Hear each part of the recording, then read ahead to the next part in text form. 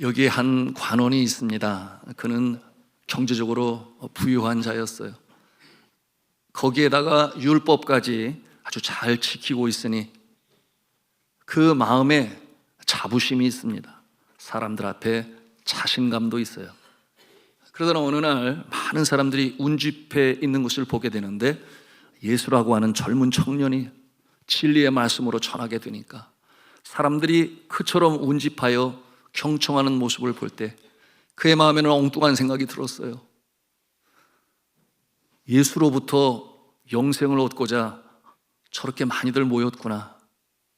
그런데 나는 어릴 적부터 율법을 지켜 행하였으니 나는 영생이 보장되어 있을 거야. 하나님께서 나를 영원한 하나님 나라로 인도하실 거야. 이와 같은 확신을 가지고 있습니다. 그리고 이제 예수님 앞에 나아가 자랑스럽게 물어요. 선한 선생님이시여, 영생을 얻기 위해서 내가 무엇을 더 해야 하오리까? 이렇게 질문합니다. 여러분, 그의 마음에는 이미 예수님께서 어떻게 답하실 거라고 하는 자신의 그 예상이 있어요. 그의 마음에는 어떤 생각을 하는가? 내가 율법을 잘 지켜 행하였느냐? 그렇다면 영생을 얻게 될 것이다. 그렇게 답을 할 것이라 여겨 그렇게 나가서 많은 사람들 앞에 자신의 잘남을 드러내고 또한 예수님으로부터 칭찬을 받고 싶어하는 그와 같은 마음이 그에게 있었던 것이었습니다. 자, 예수님께 나가 그렇게 질문할 때 예수님께서는 바로 답을 주시지 아니하시고 내가 어찌하여 선한 선생님이요 라고 나를 부르느냐.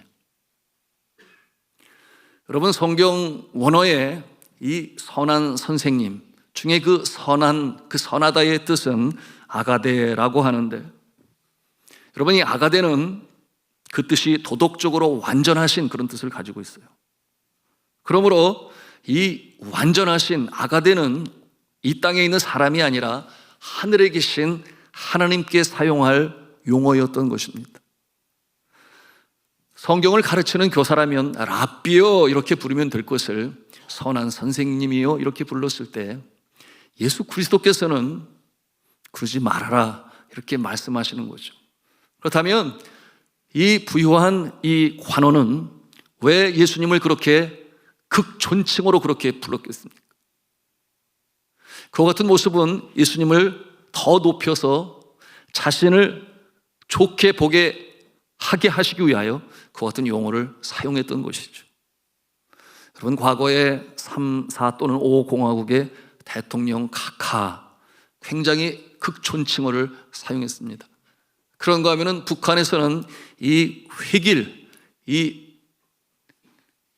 그 나라의 수령을 이 신적 위치까지 세우기 위하여 어떻게 불렀는가 하면 최고 존엄이라는 용어를 또 사용했어요.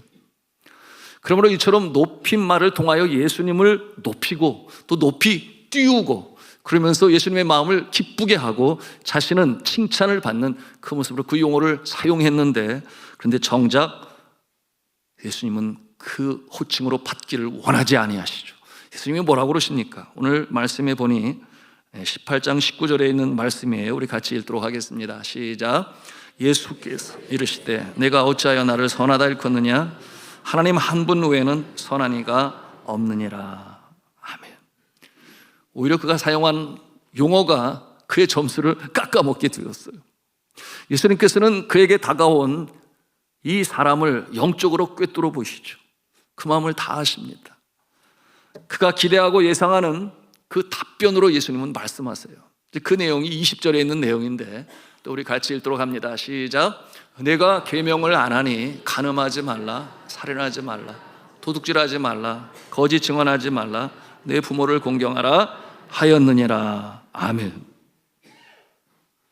그가 율법을 잘 지켜 행하고 있는가? 네, 그것을 묻습니다. 그러니 이 관원은 예상 문제가 적중했어요. 그럴 줄 알았다, 그렇게 생각한 거죠. 그러므로 흡족해하며 자신감을 가지고 자신이 어떻게 살아왔는지를 이제 예수님께 대답하지 않습니까? 그것이 이제 18장 21절의 내용이에요. 우리 같이 읽도록 합니다. 시작. 여짜오되 이것은 내가 어려서부터 다 지켰나요? 자, 그러면 이제 예수 그리스도께서 어떻게 답을 하셔야 돼요? 내가 정말 율법을 잘 지켰구나. 너에게 영생이 보장되어 있느니라. 이렇게 답을 하실 줄 예상했는데, 그런데 전혀 방향이 달라요. 예수 그리스도께서는 뭐라고 말씀하십니까? 내가 아직 한 가지 부족한 것이 있다. 여러분, 그 내용이 이제 22절에 있는 내용입니다. 우리 같이 읽도록 하겠습니다. 시작. 예수께서 이 말을 들으시고 이르시되 내게 아직도 한 가지 부족한 것이 있으니 내게 있는 것을 다 팔아 가난한 자들에게 나눠주라. 그리하면 하늘에서 내게 보화가 있으리라. 그리고 와서 나를 따르라 하시니. 내게 아직 한 가지 부족한 것이 있다. 여러분, 이것은 그렇게 긍정적인 대답이 아니지 않겠습니까? 그러니 이 관원이 당황합니다. 전혀 예기치 아니한 예수님의 답이에요. 그러니 자랑스러워 하려 했던 그의 모습은 거꾸로 사람들 앞에서 이제 창피를 당하는 코 같은 모습이 되었습니다. 내 재산을 다 팔아서 어려운 자들에게 다 나눠주라고, 그리고 내가 예수님을 따르라고. 여러분, 그 예수님의 말씀이 그의 마음에 무거운 짐이 되었어요. 그러므로 말씀해 보니 근심하였다.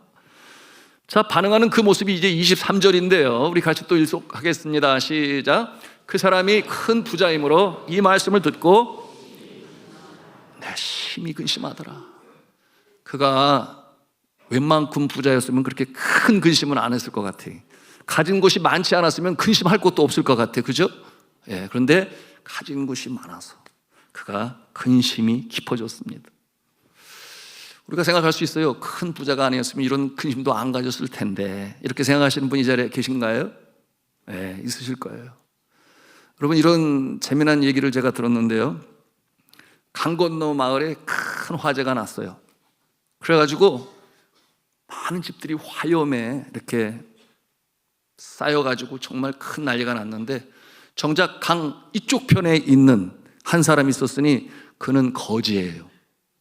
이 거지가 아들과 함께 그 불 타는 모습을 이렇게 보면서, 얘야, 우리는 얼마나 행복하니? 우리는 집이 없잖아. 그러니까 탈 집도 없어. 그러니까 우리는 걱정할 것도 없고 여기서 실컷 불 구경만 하면 돼. 이렇게 얘기하는 모습. 여러분, 없어도 이렇게 행복할 수는 있어요. 자, 오늘 본문에 주신 말씀을 이렇게 액면 그대로 우리가 함께 보아왔습니다. 몇 가지 의문입니다. 예수 그리스도께서 그에게 내가 아직도 한 가지 부족한 것이 있으니 라고 말씀하십니다. 냉정하게 지적하시고 내게 있는 것을 다 팔아서 이렇게 말씀하시는데, 왜 그렇게 지키지 못할 것을 말씀하시며 큰 부담을 주셨을까요? 그것은 예수 그리스도께서 이 부자 관원의 잘못되어진 구원관, 그것을 똑바로 잡기 위하여 이렇게 그 큰 부담에 실행할 것을 이 부자 관원에게 말씀하시는 것입니다. 사람이 율법을 지키고 사람이 행함으로 말미암아 구원을 취득할 수 있다라고 하는 그 바리새인들 또는 율법주의자들, 그와 같은 생각을 가지고 있는 이 잘못된 구원관을 예수 그리스도께서 지적하시며 책망하시는 것입니다. 자, 주 안에 사랑하는 성도들, 우리가 잘 알아야 되겠습니다. 영생을 얻는 구원은 하나님께 속한 것이요, 믿는 자에게 위로부터 내려주시는 선물인 것입니다. 사람이 내가 행위로 구원을 쟁취한다.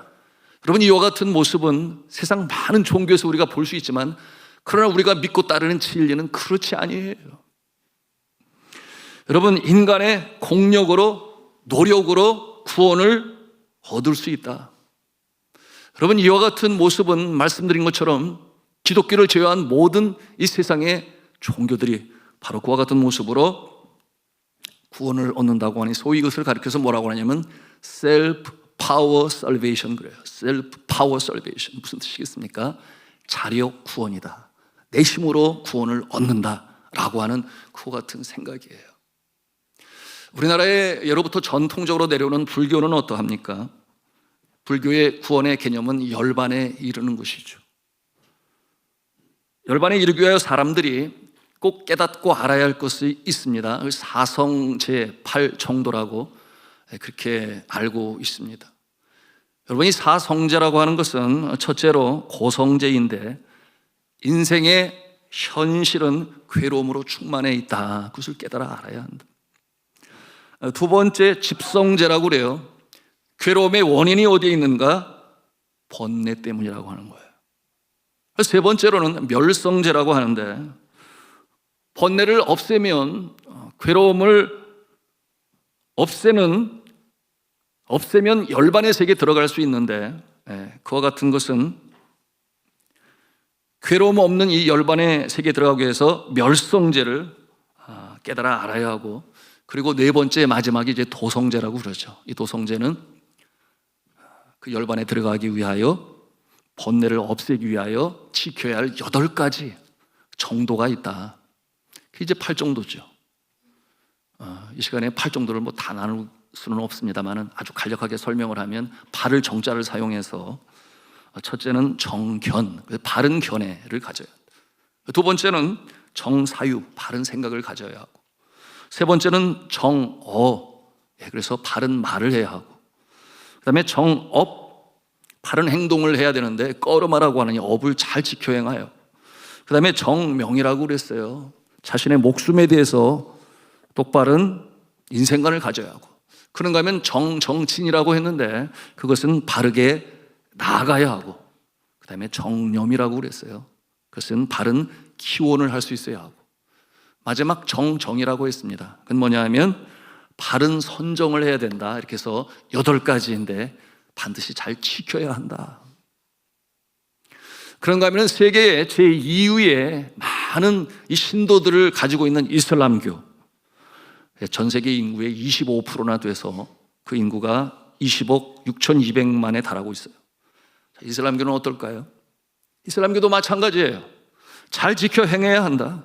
5개의 기둥이라고 하는 5 필라스가 있는데, 그 기둥 5가지 수칙을 잘 지켜야 그들이 믿는 천국에 도달할 수 있다. 그 첫 번째 기둥이 무엇인가 하면 신앙 고백이에요. 알라 외에 다른 신은 없다, 고백할 수 있어야 하고, 그런가 하면 두 번째 기둥은 살라라고 하는데, 이게 뭐냐면 기도예요. 그래서 성지 메카를 향하여 하루에 5번 엎드려 기도해야 한다. 그런가 하면은 세 번째 기둥은 라마단 기간에 행하는 금식이에요. 한 달 동안 지속되죠. 그런가 하면은 네 번째 기둥은 어려운 자들을 돕는 자선이요. 마지막 5번째 기둥은 메카로 성지순례를 하여 죄를 씻어내는 이 성지순례를 지켜야만 한다. 꼭 지켜야 한다. 그래야 구원을 받는다. 그래서 제가 이번에 우리 45주년 기념 우리 교회 선교대를 하는데, 이슬람권에 사역하시는 선교사님 오셔가지고 얘기를 하는데, 제가 새롭게 알게 되었어. 같이 웃기도 했는데, 무슨 내용이냐면, 이 금식을 행하는 라마단 기간 동안에 한 달 동안 지속되는데, 해 뜰 때부터 해 질 때까지 금식을 하고, 해가 지면은 먹을 수가 있는 거예요. 근데 이 라마다 이 금식 기간 동안 가장 많이 음식이 팔리는 한 달이래요, 그 달이. 그리고 가장 많이 몸무게가 늘어나는 달이 또 이 달이래요. 어떻게 금식을 하는데 그럴 수가 있을까? 얘기를 하시는데 들어보니까 고개를 끄덕이게 하더라고. 왜냐하면 이제 해지기만을 기다려요. 배가 고프니까. 그래서 땡 하고, 자, 오늘의 금식 끝났습니다. 그러면은 뭐를 시작해요? 먹기를 시작해요. 그런데 배가 고프니까 직장에서도 그 시간이 다가올 쯤 미리 6시에 해 지는 시간에 집에 도착해야 되니까, 그때가 제일 교통체증도 심하고 또 사고도 제일 많이 나는 달이 바로 이 라마단 금식 기간이래요. 세상에, 그럴 수도 있구나. 여러분, 가장 음식이 많이 팔리니까 여러분, 이 상점들은 대목을 갖는 기간이 또 이 라마단 금식 기간이에요. 여러분, 사람들은 그렇지 않습니까? 불편한 것을 조금도 참지를 못해요. 더군다나 배고픈 것을 어떻게 참아요? 참 쉽지 아니합니다. 그런데 그처럼 그와 같은 모습이 될 줄을 여러분 이슬람교의 창시자는 예상을 했었을까요? 그러지 않았겠죠. 자, 그런가 하면 세계 인구의 15%나 되는 이 힌두교 신도들, 인도에 사는 사람들을 중심으로 11억 명의 신도를 갖고 있는 이 힌두교도 마찬가지예요. 그래서 구원을 이루기 위해서는 자력으로 구원을 받는다 하여 세 가지 구원에 이르는 길이 있으니, 첫째는 진리를 깨달아 알아야 한다 해서 득도를 통한 구원. 그런가 하면 두 번째는 꺼르머라고 하는 이 업을 잘 지켜 행해야 되는데, 천민으로 태어났으면 그것이 숙명인 줄 알아서 평생 동안 그 모습으로 살 때 그 다음에 윤회하여 태어날 때 좋은 모습으로 태어난다. 그런가 하면 세 번째는 어떠한 모습인가? 먹디 신앙이라고 하는데, 신을 사랑해야 되는데 정성으로, 그러므로 그 내용도 알지 못한 채 이른 새벽이면은 그 신전을 찾아가서 머리를 조아리고 이마에는 띠가를 찍고, 그가 신을 사랑하는 모습을 이렇게 표현하면 그들이 믿는 구원을 얻게 된다, 이렇게 생각하여 얼마나 그것을 지키고 있는지 몰라요. 자, 오늘 등장하는 이 부자 관은 유대 종교의 아주 율법주의로 그 모습으로 인하여 구원을 얻을 것이다, 이렇게 생각하고 있는 모습입니다. 그러므로 개인적으로나 유대 공동체적으로 구원을 얻는다라고 하는 그 생각을 가지고 있었던 것입니다. 그러니 자신이 율법을 지킬 수 있으니까 의롭게 여기고, 또 그러지 못한 자를 향하여서는 교만한 마음을 갖게 되고, 당연히 영생을 얻게 될 것이라 여겨 예수님이 인정할 거라고 생각을 했는데, 정작 예수님과 대화를 하다 보니까 그게 아닌 것이에요. 자, 주 안에 사랑하는 성도 여러분, 확실히 알아야 되겠습니다. 여러분, 우리가 율법으로 또 행함으로 여러분 구원을 얻는 것이 아니라, 여러분 구원은 하나님께 속한 것이요, 여러분 믿는 자에게 선물로 주시는 영생인 줄로 믿으시기를 바랍니다. 이것을 확실히 알아야 하겠습니다. 그러므로 에베소서 2장 8절에 너무나 정확히 우리에게 말씀하시지 않나요? 우리 같이 한 음성으로 읽겠습니다. 시작. 너희는 그 은혜에 의하여 믿음으로 말미암아 구원을 받았으니 이것은 너희에게서 난 것이 아니요 하나님의 선물이라. 아멘. 사람들이 생각하는 행위로 되는 것이 아니다. 그러므로 이어지는 말씀은 너무나 중요한데 정확하죠? 같이 또 읽도록 하겠습니다. 시작. 행위에서 난 것이 아니니 이는 누구든지 자랑하지 못하게 하려 함이라. 아멘. 근데 이 부자 관원은 자신이 어릴 적부터 직행했으니 그것이 자신의 의가 되었던 것입니다. 우리가 잘 알아야 됩니다. 이 구원이 어디에서 이루어져 있는가, 이루어졌는가. 그것은 골고다 언덕 십자가상에서 예수님께서 이루신 것이죠. 우리의 온갖 죄를 다 짊어지시고 어린 양 제물의 모습으로 그 죄의 대가를 생명으로 지불하셨으니, 여러분 그 하나님의 아들 독생자 예수 그리스도께서 이루신 그 구원의 역사를 바라보는 우리의 반응이 너무나 중요하다는 거예요. 그것을 사실로 인정하고, 그렇지 예수님이 나의 죄를 짊어지시고 십자가에 달려 돌아가셨으므로 말미암아 내 죄가 사함을 받았지라고 믿는 자에게 구원이 임하는 줄로 믿으시기를 바랍니다. 그러므로 우리가 뭐 더 하나 추가해서 첨가해서 구원이 이루어지는 것이 아니라 이미 구원은 예수님이 다 이루셨다. 우리는 그것을 믿음으로 반응할 때 우리는 영생을 얻는 용서함 받은 자가 된다. 우리는 그 은혜로 이루어진 구원을 보면서 삼위일체 하나님께 감사하고 그것이 우리의 자세인 것입니다. 자, 그런가 하면 두 번째 질문이 이러해요. 그러면 왜 예수 그리스도께서 이 부자 관원에게 가진 모든 재물을 다 팔아 이웃에게 나눠주라고 그렇게 말씀하시는 것일까요? 여러분, 이게 얼마나 큰 부담입니까? 이 자리에 계신 분들 중에 자신의 재산을 다 팔아서 어려운 이들에게 다 나눠주는 일에 나는 주님의 말에 순종하겠습니다 이렇게 생각하시면 고개를 한번 이렇게 끄덕여 보세요. 이렇게 1부 예배도 없고 2부 예배도 없고 3부 예배도 없고 아무도 이것을 실천할 자가 없어요. 그런데 왜 예수 그리스도께서는 이 부자 관원에게 나를 따라오려거든 내가 가지고 있는 모든 재산을 다 팔아서 어려운 이들에게 나눠주라 이렇게 말씀하셨겠느냐 하는 거예요. 여러분, 거기에는 이유가 있습니다. 구원이 어떻게 이루어지는지 그 진리를 그로 하여금 깨닫게 하시는 깊으신 예수님의 마음이 있었던 거예요. 여러분, 그것은 이것입니다. 내가 행위로 구원을 받는다고 여기니 과연 율법이 바라는 모든 바를 다 네가 지켜 행할 수 있느냐? 내가 율법에 근거하여 그럼 너에게 명하노니. 어떤 율법? 그것은 네 이웃을 내 몸과 같이 사랑하라. 율법에 기록되었으니. 자, 내가 가진 것은 모든 것을 팔아서 네 몸 아끼듯이 이웃들도 그렇게 한번 섬겨봐라. 이렇게 명하시는데, 여러분, 그 일을 이 부자 간원이 했을까요? 하지를 못했어요. 근심이 컸습니다. 여러분, 이와 같은 모습, 결국 이와 같은 모습은 율법으로 되는 것이 아니다. 내가 행하는 의로 인하여 영생을 얻는 것이 아니다. 그것을 가르쳐 주시러 그와 같이 그에게 명하신 것입니다. 여러분, 이와 같은 모습은 좀 지켰다고 하면 좀 우월한 마음을 갖지요. 그리고 교만해지죠. 또한 지키면서도 불안이 그 마음에 떠나지를 아니에요. 왜냐하면 행위로 구원함을 받는다. 그러면 뒤돌아봐 내가 지금까지 선한 행위를 하기는 했는데 어느 지점까지 이르렀을까? 영생을 얻는 데까지 얼마나 부족한 것이 있을까? 이것이 바로 이 부자 관원의 질문이었던 것입니다. 여러분, 이와 같은 모습은 구원의 확신을 가질 수가 없어요. 왜냐하면 그 정도를 알 수가 없기 때문이죠.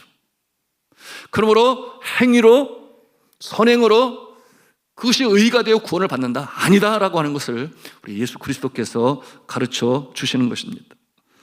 자, 그런가 하면 겉으로 드러나는 행위뿐만 아니라 우리의 속마음은 어떻게 되는 것입니까? 예수 그리스도께서 오셔서 여러분 말씀하십니다. 심령이 청결한 자는 복이 있나니 그가 하나님을 볼 것이며. 그 심령이 청결하지 아니하면 하나님을 볼 수 있습니까? 없어요.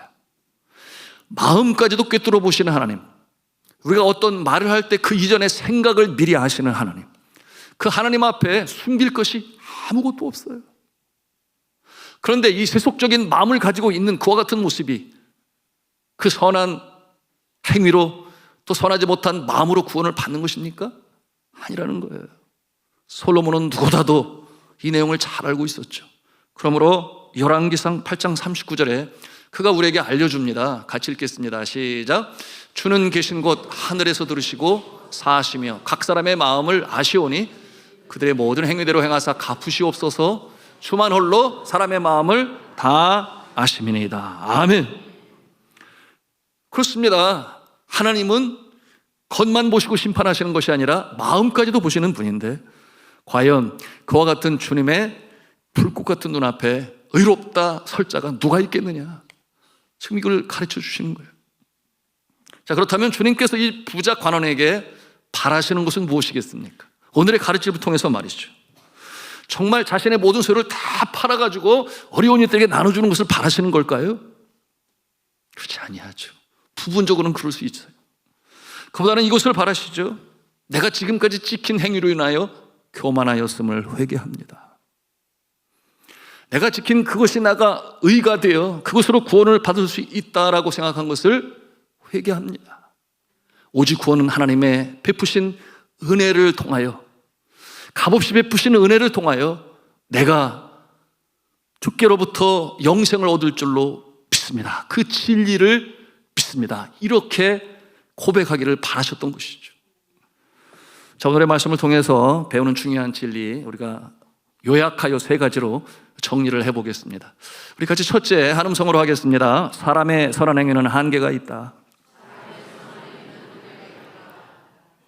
그렇습니다. 인간의 공력으로 구원받는 것이 아니에요. 주가 십자가에서 이루신 그것으로 말미암아, 은혜로 말미암아 우리가 구원을 받습니다. 그런데 이것을 분명히 알아야 돼요. 여러분, 구원 받은 자는 그 심령에 성령께서 임마누엘로 함께 하시기 때문에 그 마음의 변화가 시작됩니다. 그러므로 성령이 역사하시는 그 심령 가운데는 아름다운 성령의 열매를 맺게 되니 아시는 대로 사랑과 실학과 화평과 오래 참음과 자비와 양선과 충성과 온유와 절제, 여러분 이와 같은 모습이 그 마음에 일게 되니 시키지 않아도 해요. 뭐를 해요? 사랑으로 나누고자 합니다. 나눌 때 그 마음에 기쁨이 임해요. 여러분 이것이 구원받은 자의 증표요 증거가 되는 것입니다. 여러분 그러므로 여러분 우리가 분명히 깨달아야 할 것은 선행이 먼저냐 구원이 먼저냐, 여러분 구원이 먼저 이루어질 때 선행도 따라옴을 여러분 믿으시기를 바랍니다. 자, 이와 같은 모습으로 구원받은 자의 모습, 주야로 율법을 묵상하고 즐거워하며 또한 선한 일을 행할 때 그 마음에 기쁨과 감사와 보람이 넘치는 이와 같은 모습, 시편 1편에 복 있는 자의 모습인데 바로 저와 여러분이 그와 같은 모습이 다 되시기를 주님의 이름으로 축복합니다. 자, 그런가 하면 두 번째로 같이 하는 성을 합니다. 물질의 주인은 하나님이십니다. 아멘이에요. 근데 이 부자 관원은 그 물질이 자신의 것이라고 그렇게 여겼어요. 그러므로 고민이 깊어집니다. 여러분, 하나님께서 모든 온 우주 만물의 소유주가 되시고 물질에도 마찬가지죠. 그러므로 학개서 2장 8절에 뭐라고 말씀하셨어요? 금도 내 것이다, 은도 내 것이다. 우리 같이 한 음성으로 읽습니다. 시작. 은도 내 것이요 금도 내 것이니라 만군의 여호와의 말씀이니라. 아멘. 그러니 여러분, 우리는 청지기예요. 주님께서 주신 것을 가지고 잘 활용하고 사용하고 또 주인이 원하시면 기꺼이 그것을 내드리고 쓸 수 있는 모습일 때 비로소 구원받은 자의 모습이 되는 것입니다. 이는 건강도 마찬가지고 재능도 마찬가지지요. 주님께서 주셨으니 쓰시고자 하실 때 기꺼이 드릴 수 있어야 합니다. 여러분, 혹여나 물질에 얽매여 있는 자는 그 마음 중심에 마땅히 좌정하고 계셔야 될 하나님이 계신 것이 아니라 그 소중히 여기는 것이 그 마음의 자리를 잡고 있으니 그것이 물질일 수 있어요. 그것이 장수를 바라는 자에게는 건강일 수 있습니다. 여러분, 그러나 그와 같은 마음 중심에 여러분 참 주인 되신 하나님이 계시지 아니하시면, 축복의 근원이신 하나님이 그 자리에 안 계시면 여러분 그와 같은 모습은 구원받은 자의 모습이 아니에요. 하나님께서 복을 주신 자의 심령이 아니라라고 하는 것입니다.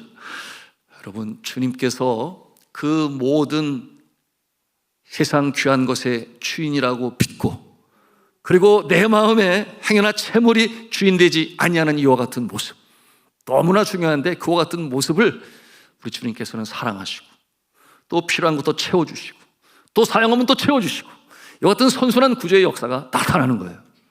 제가 전에도 나누었습니다. 천안에 가면 천안에 명물이 있죠. 뭐죠? 호도과자. 호도과자의 원조가 누구인가? 여러분, 그는 권사님이신데 천안 성심교회 심복순 권사님이에요. 하여튼 이름은 잘 짓고 봐야 돼, 그죠? 심복순 권사님. 그런데 그녀는 남편을 잃고 이어지는 환난 때문에 너무나 힘들었어요. 그래서 눈물로 주님 앞에 기도한 적이 한두 번이 아닌데 그의 마음에 여전히 남아있는 소원이 있었어요. 남편과 함께 기도했던 것, 그것은 뭐냐면 예배당을 7개를 지어서 하나님께 영광 올리기를 바라는 간절한 소원이 있었는데 이제 그 꿈은 어떻게 되는 것인가? 그 주님 앞에 간절히 눈물로 간구하는데 하나님께서 기도의 응답으로 주셨어요. 천안에는 호두가 많이 나니까 과자를 구워서 팔 때 호두를 넣어서 팔아라. 쉬워요, 어려워요? 너무나 단순하고 너무나 쉽지 않습니까? 그러나 그런 생각을 갖지 못하는 것이 여러분 이 세상의 모습인데, 그래서 그 과자에 하나님의 말씀대로 호두를 넣어서 팔게 되었는데 그야말로 세상 표현에 불티나듯이 그렇게 팔려나가기 시작했던 거예요. 얼마나 감사합니까? 예? 그 충남에서 개인 사업자로 가장 많이 소득세를 내는 그 위치까지 이르게 되었으니 참 감사하고 감사한 일이었어요. 그런데 호도를 팔 때 너무나 주님의 은혜가 감사하니까 호도 과자 박스에 전도지를 만들어가지고 그것을 넣어서 팔게 되었으니 그 내용이 이러합니다. 나는 학합 호도빵을 개발해 여러분에게 제공하고 있지만 이 빵보다 더 맛있고 생활을 풍요롭게 만드는 생명의 빵이 있다. 그것은 예수 그리스도시니 여러분이 가까운 교회에 나가면 예수 그리스도를 만날 수 있습니다. 이와 같은 내용으로 전도지를 넣어서 팔게 되었으니까 하나님이 기뻐하세요? 안 기뻐하세요? 하나님이 기뻐하시죠. 그래서 그렇게 큰 복을 주셔서 마침내 그처럼 주님 앞에 간절히 염원했던 7개의 예배당까지 지어서 드릴 수 있었으니 그야말로 할렐루야 아니겠습니까? 여러분, 그렇습니다. 부자 관원은 자신의 소유가 자기 건 줄 알았어요. 그러나 우리 신복순 권사님은 그러지 아니했죠. 그는 처음부터 모든 것이 하나님으로부터 왔으니 주님의 것입니다. 그와 같은 마음을 가졌죠. 그러므로 먼저 그의 나라와 그의 의를 구하라. 이와 같은 마음을 가지고 주님 앞에 드리고자 하는 마음을 가졌으니 여러분 그와 같은 자에게 이 모든 것을 더하시리라. 마태복음 6장 33절의 축복이 그의 삶 가운데 이루어질 수가 있었던 것입니다. 자, 그런가 하면 세 번째, 우리 같이 한 음성으로 하겠는데요. 그 어떤 귀한 것으로도 하나님 계셔야 할 자리에 놓지 말아라. 여러분, 가장 귀한 것이 무엇입니까? 여러분 한번 생각해 보세요. 나의 삶에 가장 귀한 것이 무엇일까? 아마도 제일 먼저 나오는 답은 나의 생명입니다. 그렇게 말할지 모르겠어요. 그런가 하면 두 번째는 뭘까요? 예수님이 너무나 잘 아시죠. 그리고 오늘 29절에 그것을 언급하시는 거예요. 열거하시는 거예요. 뭐라고 말씀하고 있는가? 첫 번째는 집이라고 그랬어요. 네, 집을 소중히 여겨요. 아마도 여러분 중에도 그런 분이 계실지 모르겠어요. 내 평생 땀 흘려 애쓰고 수고하여 마련한 게 이 집이다. 그러니 이 아파트는 너무나 내게 소중하다. 예, 그럴 수 있습니다. 그런가 하면은 그 다음에 나오는 게 뭐예요? 보니까 형제와 부모와 자녀라고 그랬어요. 내 가족이죠. 여러분 중에도 이런 생각을 가지고 계신 분이 계실 거예요. 그래서 형제 동기를 사랑하고, 그런가 하면은 자녀를 너무 사랑하죠. 특별히 자녀에 대한 기대가 크지 않습니까? 특별히 어렸을 때, 키울 때 그들을 바라보기만 해도 좋지요. 미래가 그려지니까 좋은 거예요. 그래서 내 자녀가 이 다음에 크면 의사도 되고, 그리고 판사도 되고, 그렇게 기대를 갖고 기도하면서 또 잘 키워요. 그런데 그들이 다 장성해서도 그와 같은 기대를 가지십니까? 그냥 웃기만 하시는데. 여러분, 그런가 하면 오늘 그 말씀에 내 부모를 이라고 말씀하고 있어요. 오늘날 시대의 부모를 그처럼 최고의 것으로 여겨 공경하고 효도하는 자들이 과연 얼마나 있을까요?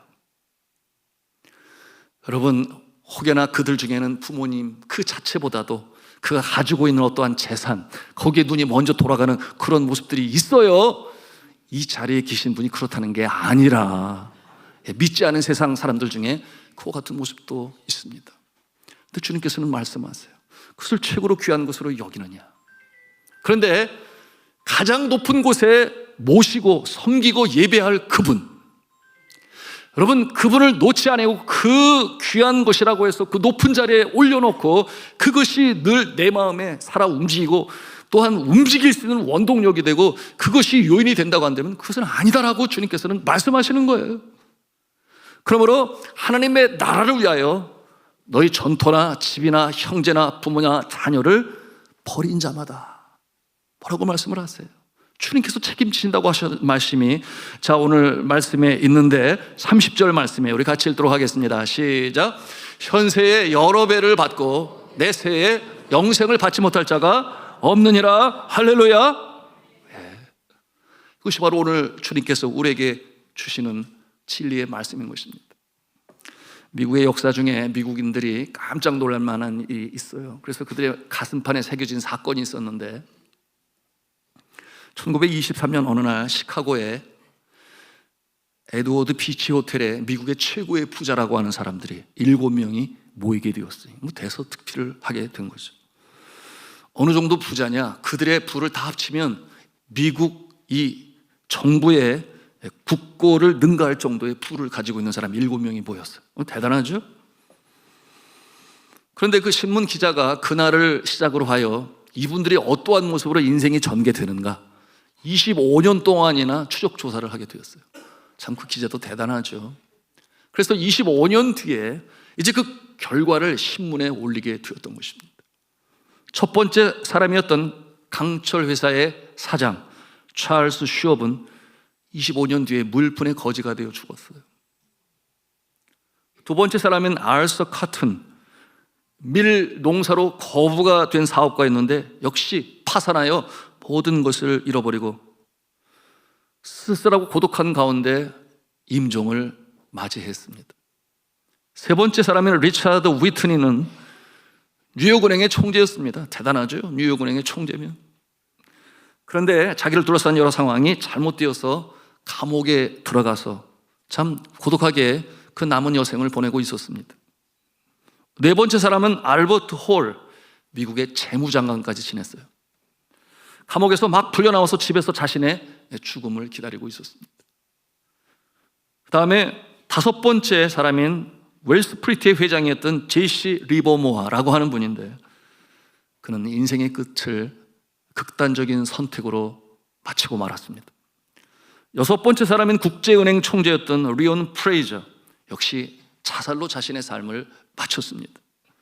일곱 번째 사람인 이반 쿠르컬은 부동산 업계의 거부였지만 그러나 자살 미수로 병원에서 치료를 받고 있었습니다.